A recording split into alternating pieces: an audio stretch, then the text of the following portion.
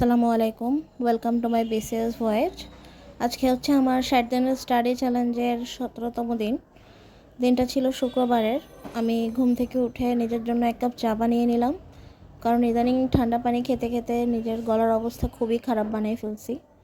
আগে থেকেই ডিসাইড করা ছিল যে আমি বাংলাদেশ বিষয়াবলী পড়বো আর শেষ করব। আমার টার্গেট ছিল রবিবারের মধ্যে শেষ করা, কিন্তু আমার মনে হয় না যে রবিবারের মধ্যে এটা শেষ হবে।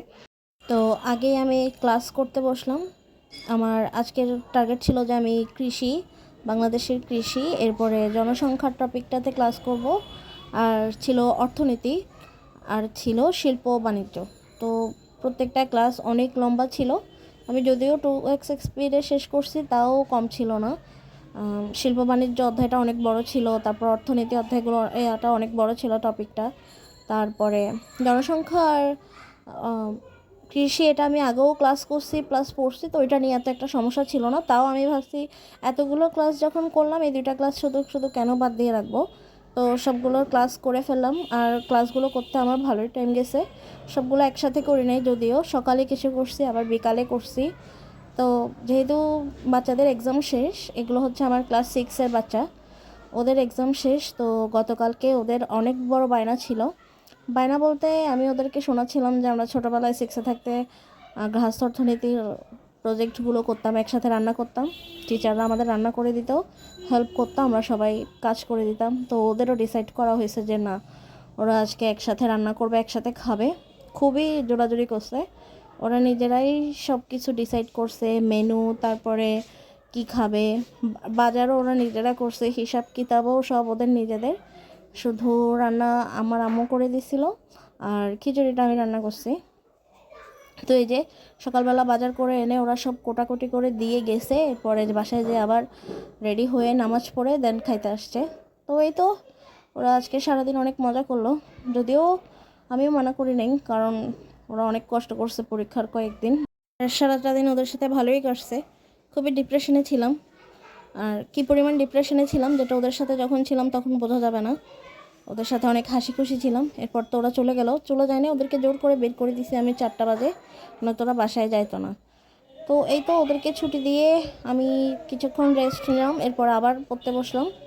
আরও কয়েকটা ক্লাস ছিল বাংলাদেশের অন্যান্য বিষয় নিয়ে, নদ নদী, তারপরে পাহাড় পর্বত, এসব নিয়ে ছিল, ভৌগোলিক অবস্থান নিয়ে ছিল। তো এই ক্লাসটা ছিল আমার লাস্ট ক্লাস। তো একদিনে 5টা ক্লাস করতে আমার মোটামুটি ভালোই বেগ পেতে হয়েছে।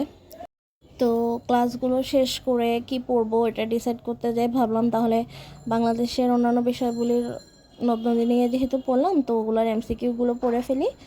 তো আমার যে প্রশ্ন ব্যাংক আছে পিটুয়ের, ওখান থেকে আমি প্রশ্নগুলো সলভ করলাম। প্রশ্নগুলো আমার মাথায় এত ঢুকতেছিল না, কারণ কারণ সারাদিনে অনেক লম্বা লম্বা ক্লাসগুলো করছি। তো ক্লাসগুলো করার পরে প্রশ্নগুলো মুখস্থ করতে ভালোই কষ্ট হচ্ছিল, তাও মুখস্থ হয়েছে, ভালো মতোই মুখস্থ করছি। অনেক টাইম লাগছে যদিও 1 পৃষ্ঠা করে পড়তে, কারণ নতুন পড়তেছি, তো টাইম নিয়ে পড়ছি।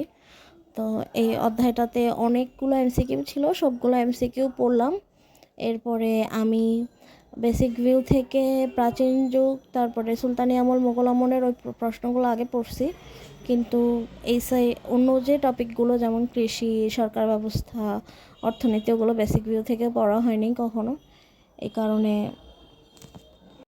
এই তো আমি প্রথমে তো কতগুলো ক্লাস করছিলাম, এরপর জনসংখ্যার কৃষি বাদ ছিল, ভাবছি এই দুইটা বাদ রেখে লাভ নাই, করে ফেলি। তো এগুলোও করে ফেললাম। এরপর বেসিক ভিউ নিলাম, বেসিক ভিউ থেকে কৃষির যে টপিকটা আছে একদম ভালো করে ধরে ধরে প্রত্যেকটা লাইন পড়ছি। টপিকগুলো পড়ার শেষে এখানে যেহেতু আবার এমসিকিউ আছে, ওগুলো প্র্যাকটিস করলাম। তো কৃষির পার্টটা অনেক বড় ছিল, তাও শেষ করলাম। তো সব মিলাই সারাদিন খারাপ যায় নাই। এখন বন্ধ যেহেতু, আমি হয়তো আবার পড়াশোনা একটু রেগুলার হইতে পারবো। বন্ধের কয়েকদিন পড়বো, আবার যেহেতু সামনে কোরবানির ঈদ, কয়দিন ঠিকমতো পড়তে পারবো বা কিছু জানি না সব কিছু। তাও চেষ্টা করব বন্ধের দিনগুলোকে কাজে লাগানোর, কারণ এখন যে অবস্থা দেখতেছি, জব সামলায় পড়ালেখা করতে আমার খুবই কষ্ট হচ্ছে।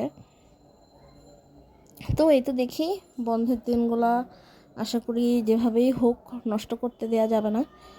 বাংলাদেশ বিষয়াবলী শেষ করে ইচ্ছা আছে। ইংলিশও আমার একটু ব্যাকলগ হয়ে গেছে, কোচিং আমার অনেক আগে চলতেছে, ইংলিশের ব্যাকলগগুলোও শেষ করব। আর ভাবতেছি বাংলা ব্যাকরণ বা বাংলা সাহিত্য বিষয়টা যে কোনো একটা শেষ করব। দেশ বিষয়াবলী শেষ করার পরে বাংলার কোনো একটা পড়ব বন্ধের মধ্যে, একদম শেষ করে ফেলবো A to Z। তো এই তো আজকে এই পর্যন্তই।